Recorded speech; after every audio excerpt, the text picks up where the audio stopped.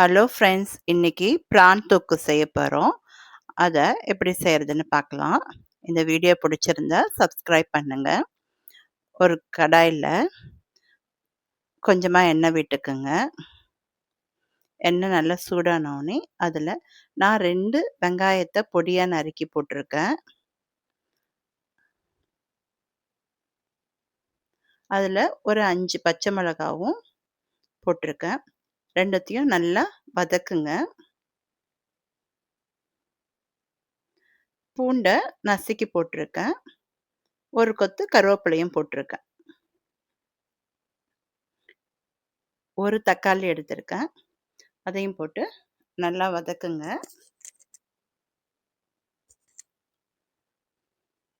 அதில் தேவையான அளவுக்கு உப்பு சேர்த்துக்குங்க.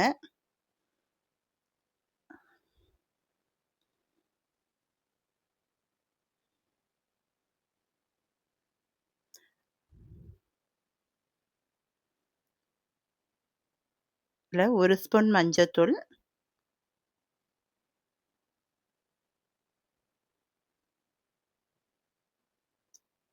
1 ஸ்பூன் காரத்தூள்,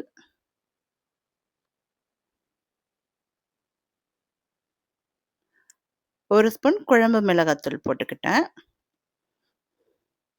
எல்லாத்தையும் நல்லா கிளறுங்க. பச்சை வாசனை போகிற வரைக்கும் கொஞ்சம் வதங்கட்டும்.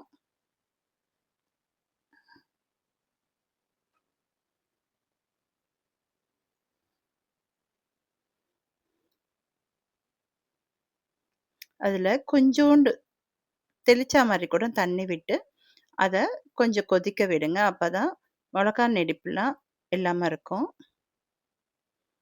அது வதங்கின உடனே எறாவை நல்லா க்ளீன் பண்ணியிருக்கேன்.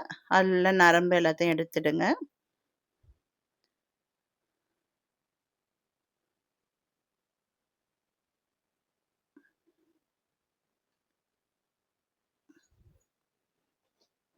எல்லா எறாவையும் அதில் போட்டுட்டு நல்லா கிளறுங்க.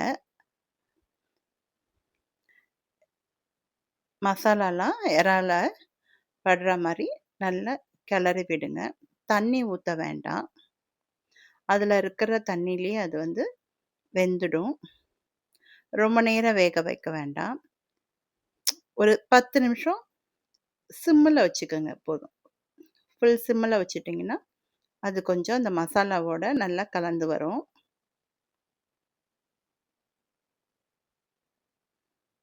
இந்த எறாவில் நம்மளுக்கு கொஞ்சம் தண்ணி விடும்.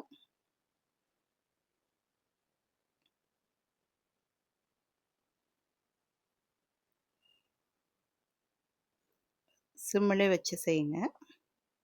தொக்கு ரெடி ஆகிட்டு அது மேலே ஒரு பிடி கொத்தமல்லி தழை தூவி இறக்குனீங்கன்னா சுவையான எறா தொக்கு ரெடி. இதை சாதத்தில் போட்டு அப்படியே பிசைஞ்சு சாப்பிட்லாம்.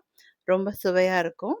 இந்த வீடியோ உங்களுக்கு பிடிச்சிருந்தா லைக் பண்ணுங்கள், ஷேர் பண்ணுங்கள், சப்ஸ்கிரைப் பண்ணுங்கள். Thank you friends.